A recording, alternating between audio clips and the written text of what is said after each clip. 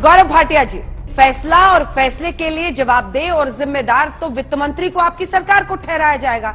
ऐसे में ये क्यों ना कहा जाए कि जो मिडिल क्लास है इस देश का, उस पर एक के बाद एक तरीके खोज खोज कर मार कर रहे हैं आप लोग। ये 5% टैक्स का इजाफा तो है ना उनके लिए।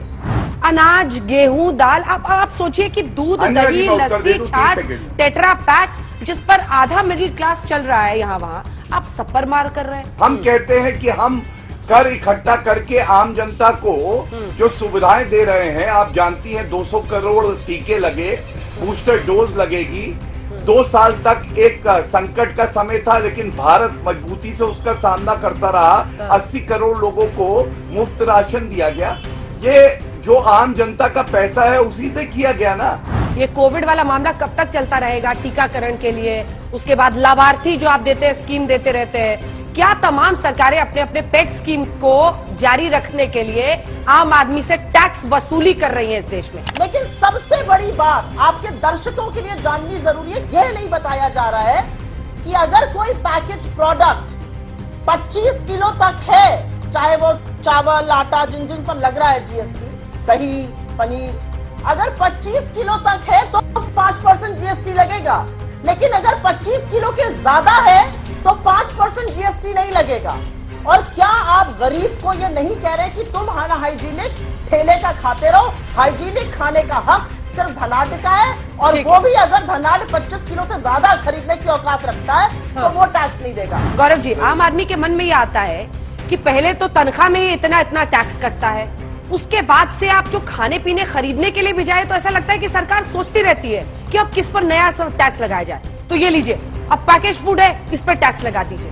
मतलब अपने अपने पेट प्रोजेक्ट्स को, जो मैंने आपसे पहले सवाल पूछा था, कोविड खत्म हुआ साहब, कोविड खत्म हुआ तो उसके बाद जो ये आप फ्री राशन पानी ये सब योजनाएं कर रहे हैं, क्या उस पर भी आप इकोनॉमी के नजरिए से सोचेंगे, या उन लाभार्थियों को अपने वोट बैंक की तरह आगे रखने के लिए देते रहेंगे इसी तरह से पैसा, और इसीलिए टैक्सेशन में इस देश में इजाफा होता चला जाएगा? जो हम बात कर रहे हैं डायरेक्ट बेनिफिट ट्रांसफर की, ये हमने शुरुआत करी। 1 रुपए का घोटाला नहीं होता, आम आदमी का क्या इससे फायदा नहीं होता?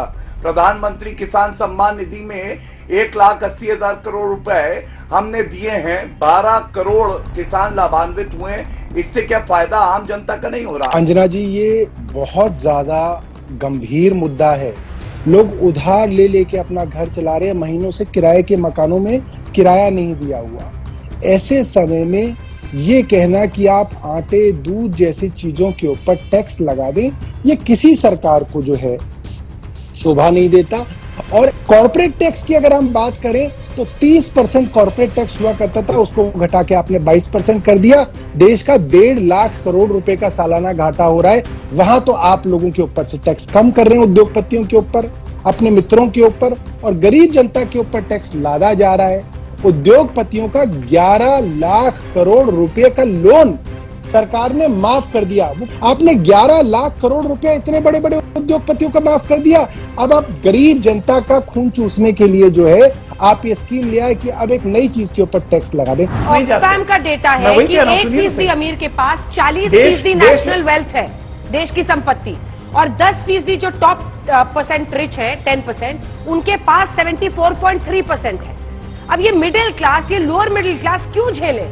बीजेपी को नुकसान हो रहा है, फायदा हो रहा है, तो बात की बात है, लेकिन आपकी टैक्सेशन पॉलिसी है क्या? ऐसे ही बढ़ाते रहेंगे। और इस देश का दुर्भाग्य ही है, तो टैक्स पेयर है वो, उस पर टैक्स की मार मारते रहिए, हर कदम पर मारते रहिए, तो झेल तो रहा है आम व्यक्ति। बात सिर्फ विपक्ष के विरोध की नहीं है, और इसको विपक्ष का सदन में हंगामा से सिर्फ जोड़ के खत्म मत कीजिए।